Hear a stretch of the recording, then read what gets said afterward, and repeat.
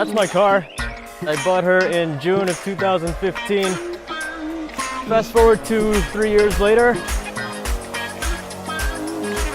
I paid off my car! I paid off my car! It's fine! It's fine! Woo! Come on!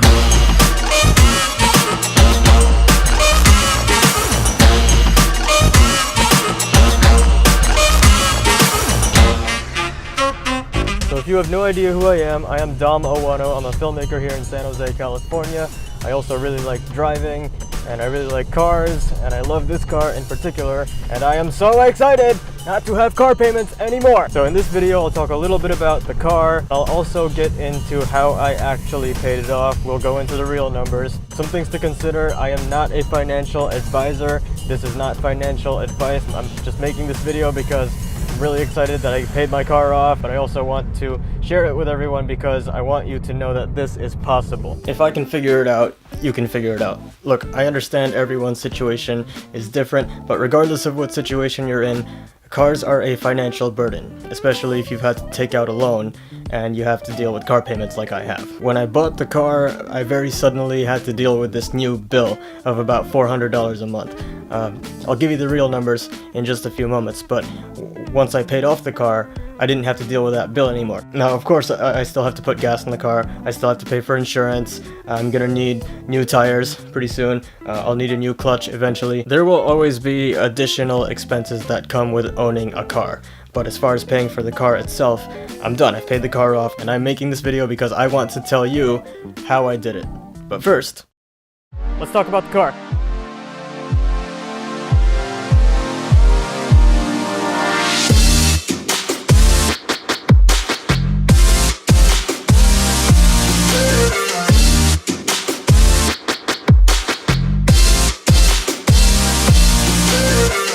This is the 2013 Acura ILX, and yes, I got the sport model. This one has a 2.4 liter 4-cylinder naturally aspirated engine. It's got a 6-speed manual. Acura only made 5% of these in the sport model. All the other first generation Acura ILXs came with smaller engines and automatic transmissions, so I'm so glad I found this. It's so much fun. This was not me, I swear. This was here when we got here. Tires, gotta talk about tires. I drive mostly on dry and wet pavement.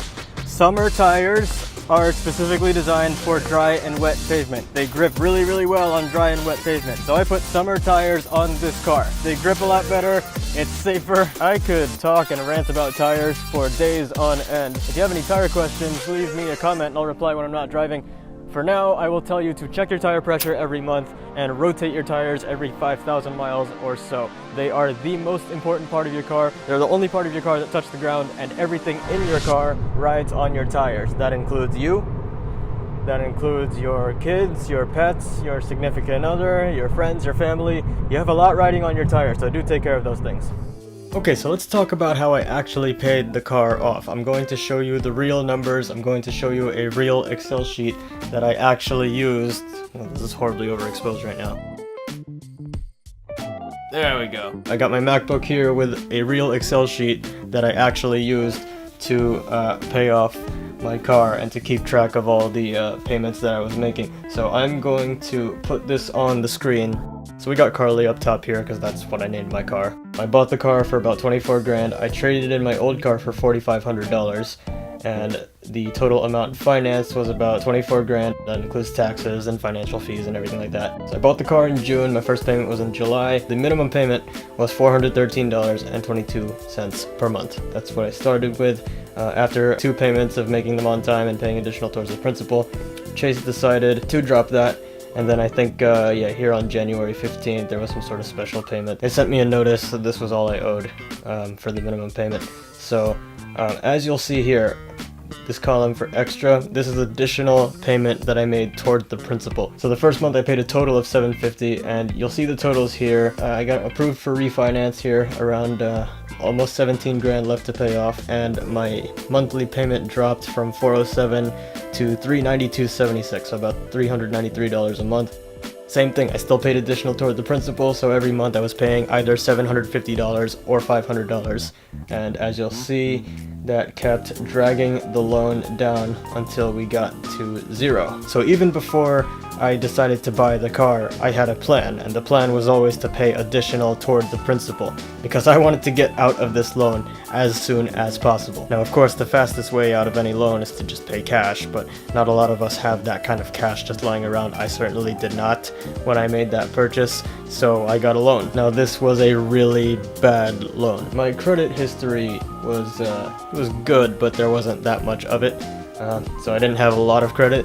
And this was also my first time buying a car, and it was a used car, so that was the loan that I was stuck with. Now here's the thing about cars. Cars depreciate in value. So generally, and most of the time, for anything that depreciates in value, it's best to pay it off as soon as possible and get out of debt. So that's what I did. You know, as you'll see here, I started with a terrible loan. I refinanced it for much better terms, and I still paid it off as quickly as possible, and bam, I'm out of debt.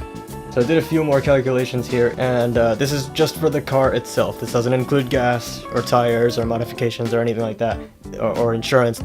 So the total amount that I paid just for the car and for financing the car was a little over 27 grand. Total interest paid was somewhere around 2 grand, and that brings the average interest percentage to around 7%. So I ended up paying about 7% in interest. Something interesting, I wanted to look into that some more because that looked a little high. The average interest that I paid while I was paying with Chase was 15, almost 16%. And then with the credit union, it was closer to 3%.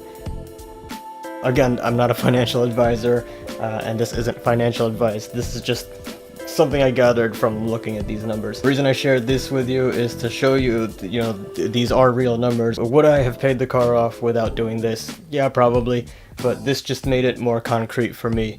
To have the numbers on screen, to be able to look at it, to be able to type in some formulas into Excel and see what the real numbers are, it helped me a lot.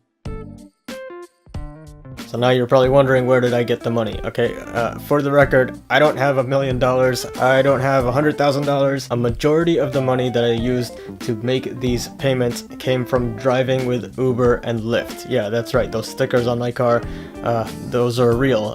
I really drive with Uber and Lyft. I literally worked for that car. I did my first Uber ride in August of 2014. Now originally I signed up to do it because I was in between jobs, I was out of work and I needed a source of income, but I actually ended up finding some marketing work. Right around the same time I started driving with Uber, so then the plan became to just do it really part-time on the weekends for extra money.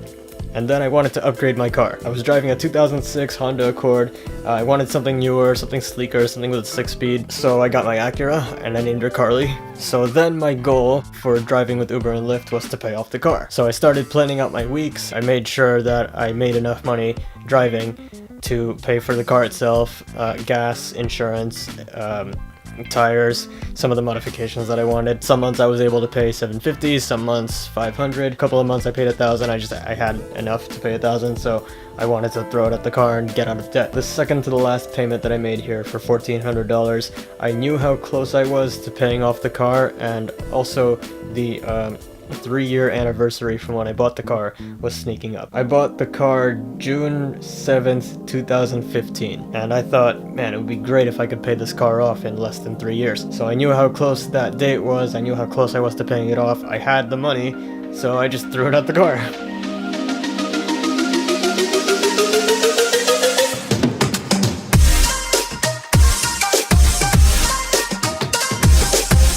So to recap, paid off my car. I did it by working for it, and I used an Excel sheet to track the numbers, and most importantly, you can do it too. Now it's up to you to do your own research and figure out your own situation and decide if and how you should be getting out of debt. But I want you to know that it's possible. You know, if I can figure it out, if I can do this, you can do it too.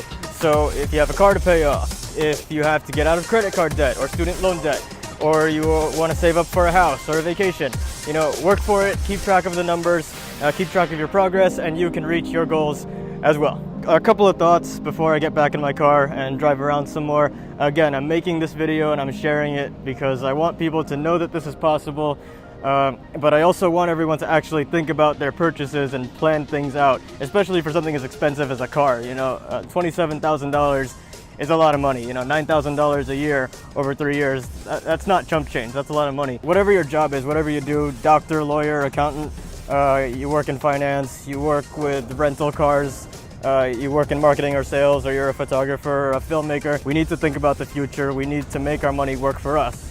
Now again, I'm not a financial advisor. This isn't meant to be financial advice, but I want to mention this.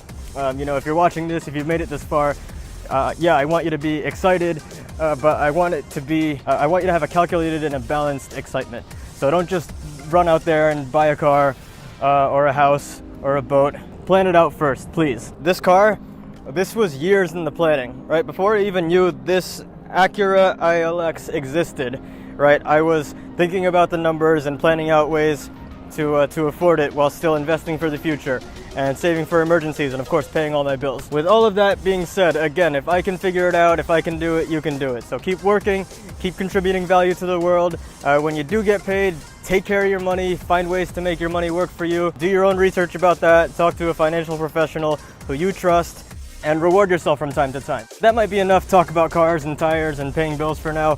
So thanks for sticking around if you made it this far. I really hope you enjoyed this little look at my car, and I hope that payment breakdown was helpful for you. This is how I did it, this is what worked for me, and I just wanted to share this, and I really hope this was valuable for you. So, you know, thanks for watching. I'm Ouano. Keep working hard, stay out of debt, use your turn signal, drive safe, and have fun out there. Go. So to recap, what's my line? So to recap, you want to cut? yeah. So with all that being said, again, if I can figure it out, if I can do it, you can do it. You know, so keep working, keep contributing value to the world. Is that another plane? There's another plane.